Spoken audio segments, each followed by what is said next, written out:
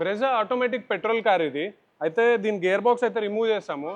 And ఈ car customer హైదరాబాద్‌లో సెకండ్స్‌లో ఒక మంచి గ్యారేజ్‌లోనే కొనిర్రు. అంటే మంచి సెకండ్ హ్యాండ్ షోరూమ్‌లోనే కొనిర్రు. కొని డైరెక్ట్‌గా నా దగ్గరికైతే తీసుకొచ్చిర్రు ఫర్ జనరల్ సర్వీస్. దాంతో పాటు చిన్న చిన్న సస్పెన్షన్ ఇష్యూస్. అట్లా ఆల్మోస్ట్ మిడ్‌నైట్ 12 ఆ టైంకి కస్టమర్ అయితే మా దగ్గరికొచ్చిర్రు. చెక్ చేసినాము. కస్టమర్‌ని డ్రాప్ చేసే ముందే బ్రేక్ కొడితే లెఫ్ట్ లేదా రైట్ లాగుతుందన్న కంప్లైంట్ ఉంది, ఇది మీరు చూసుకున్నారా అని చెప్పాను. "ఆ అన్న" అని చెప్పిండు. రిటర్న్లో వచ్చేటప్పుడు నేను కూడా ఒక వీడియో తీసుకొని అయితే పెట్టాను. చాలామంది కూడా కామెంట్ చేసిర్రు. తీసుకొచ్చిన తర్వాత బండి మొత్తం చెక్ చేస్తే ఆల్రెడీ ఇది యాక్సిడెంట్ వెహికల్. అది కస్టమర్కి కూడా ముందే చెప్పిరంట. ఫ్రంట్ అయితే యాక్సిడెంట్ అయింది. నెక్స్ట్ ఏం జరిగిందంటే దాంతోపాటు ఫ్రంట్ మొత్తం రీప్లేస్ చేసిర్రు. దాని తర్వాత మేము చెక్ చేసినామన్నమాట లిఫ్ట్ చేసి.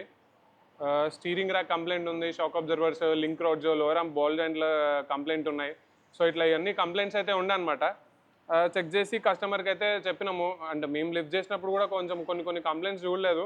వర్క్ స్టార్ట్ చేసినప్పుడు మిగతావన్నీ చేయొచ్చులే అని చెప్పేసి అనుకున్నాము. కస్టమర్ నుంచి అప్రూవల్ వచ్చిన తర్వాత అన్నీ రిమూవ్ చేస్తామన్నమాట. ఈ షాక్ అబ్జర్వర్స్ తర్వాత సఫ్రెన్ దించిన తర్వాత మాకు కనిపించింది ఏంటంటే ఈ గేర్ బాక్స్ ఉంది కదా, ఇక్కడ లైట్గా హోల్ అయితే పడింది. అది డ్రైవ్ షాఫ్ట్ వెనకాల ఉందన్నమాట. అది ఎవరు అంత ఈజీగా గమనించరు. అండ్ ఆయిల్ కూడా చాలా వరకు లీక్ అయిపోయింది. అండ్ ఫ్రెష్ ఆయిల్ అయితే కాదు ఇది, ఆల్రెడీ ఎప్పటి నుంచో ఉన్న ఆయిలే. 3.3 లీటర్స్ కెపాసిటీ ఉంటుంది ఈ ఆటోమేటిక్ గేర్ బాక్స్లో. లాస్ట్కి మిగిలింది ఒక 1 లీటర్, ఒక 200 ఎంఎల్ ఒక ఆయిల్ ఇంకొక క్యాన్లో వేసి పెట్టిర్రు. అదైతే మిగిలింది. అండ్ ఒకవేళ ఇన్ కేస్ ఈ సంప్ దగ్గర ఇక్కడ పగిలింటే వెంటనే మొత్తం ఆయిల్ అంతా లీక్ అయిపోతుండే. దాంతోపాటు గేర్లు పడకుండా స్ట్రక్ అయిపోయి గేర్ బాక్స్ లోపల అంతా కూడా డ్యామేజ్ అయిపోతుండే. అట్లా అవ్వలే, ఇక్కడ పైన పడింది కాబట్టి మెల్లమెల్లగా కొంచెంగా లీక్ అవుతూ వస్తుండే. అండ్ స్మెల్ కూడా గేర్లు షిఫ్ట్ చేసేటప్పుడు కొంచెం స్మెల్ కూడా ఇన్నర్ లోపలికి వస్తుండే. మేము ఏదో లైట్లే అనుకున్నాం దాన్ని, కానీ తర్వాత చూస్తే దాని పరిస్థితి అయితే ఇది. అండ్ కస్టమర్ చెక్ చేయించుకున్నాడు ఒక 3-4 మెకానిక్లతోని. కానీ ఇదేంటంటే మనకు విజిబుల్గా లేదు, అంత ఈజీగా కనిపించట్లే ఇది. సో అక్కడ కొంచెం మిస్టేక్ అన్నారు కస్టమర్. సో దానివల్ల ఇప్పుడు కొంచెం ఎక్స్పెన్సే. ఒకవేళ ఇన్ కేస్ ఈ ఛాంబర్ మార్చాలంటే ఛాంబర్ దొరకదు. మ్యాక్సిమం ఆటోమేటిక్ గేర్ బాక్సులు కాబట్టి సెకండ్స్లోనే దొరకాలి. కొత్తవంటే చాలా ఎక్స్పెన్సివ్ అవుతుంది. అలా కాకుండా సెకండ్స్లోనే ట్రై చేయాలి. కానీ ఇంకొక ఆప్షన్ ఏం ట్రై చేస్తున్నామంటే వెల్డింగ్ వేయించి ఒకసారి చెక్ చేద్దాం అనుకుంటున్నాము. అండ్ 6 lakhs అయితే కస్టమర్ పెట్టి కొనిరు.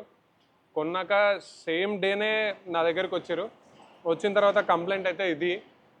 సో సెకండ్ హ్యాండ్లో కార్ కొనేటప్పుడు 1-2 సార్లు చాలా జాగ్రత్తగా చూసుకొని తీసుకోవాలి. ఒకవేళ తీసుకున్న తర్వాత మరీ ఎక్స్చేంజ్, రిటర్న్ ఇవన్నీ పాలసీలు ఇవన్నీ ఉండవు, వర్కౌట్ కావు కూడా.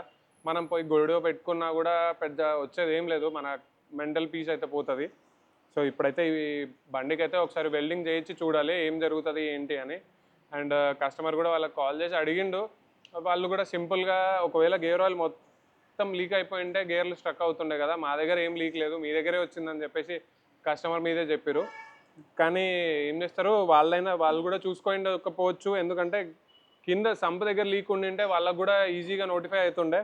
ఇక్కడ సైడ్కి ఉంది కాబట్టి ఇక్కడ సైడ్కి ఎలా పడిందో అర్థం కాలే మాకు కూడా. మేబీ ఇంతకుముందు ఫ్రంట్లో యాక్సిడెంట్ అయింది కదా, అప్పుడే ఏమైనా పడి ఉండొచ్చు, అది కూడా ఒక ఛాన్సెస్ అనమాట. అండ్ దాని తర్వాత ఇంకా సస్పెన్షన్ కంప్లైంట్ ఉంది. కస్టమర్ చాలా కష్టపడి చాలా ఇష్టపడి కొన్నారు ఈ బండి అయితే. ఆల్మోస్ట్ ఒక డౌన్ పేమెంట్ కట్టేసి మిగతాదంతా కూడా క్రెడిట్లో బయట తీసుకొచ్చి బండి అయితే తీసుకురు. కానీ ఇంకా ఇప్పుడు చేసేది ఏం లేదు కదా, ఖచ్చితంగా చేయించుకోవాల్సిందే, వేరే ఆప్షన్ అయితే లేదు కస్టమర్కి. సో సెకండ్స్లో కార్ కొనేటప్పుడు మేము కూడా డీప్గా సెకండ్స్లో ఎవరైనా కార్ కొంటున్నా అంటే డీప్గా ఏం చెక్ చేయట్లేదు. మేమైనా అంతే, ఎవరైనా అంతే. సస్పెన్షన్ చెక్ చేస్తారు, ఇంజన్, బ్యాక్ కంప్రెషన్ ఇంతవరకే చెక్ చేస్తారు. ఆయిల్ లీకులు కొన్ని చెక్ చేస్తాము. కొన్ని ఇంజన్ పర్ఫెక్ట్ ఉంది, కొత్త మోడల్ అంటే ఈ ఆయిల్ లీకులు కూడా చెక్ చేయడం బంద్ చేసారు అనమాట చాలామంది. అలా కాకుండా ప్రతి ఒక్కటి చెక్ చేసుకోవాలి కార్ కొనాలి సెకండ్స్లో అన్నప్పుడు. అండ్ ఇది ఒక ఎగ్జాంపుల్ అనమాట, సెకండ్స్లో కార్ కొని సఫర్ అవ్వడం అనేది. ఈవెన్ కొత్త కార్లకు కూడా కంప్లైంట్స్ ఉంటాయి, అది కామన్. కానీ ఉన్న కామన్ని ఈ సిచ్యువేషన్ని మనం ఫేస్ చేయాలి. అప్పుడే మనం కార్ని కరెక్ట్గా మెయింటైన్ చేయగలము. సో మీరు కూడా ఇలా ఏమైనా సెకండ్స్లో కార్ కొని సఫర్ అయ్యింటే కామెంట్ అయితే చేయండి. అండ్ దీనికైతే వెల్డింగ్ అయితే చేస్తున్నాం మేము.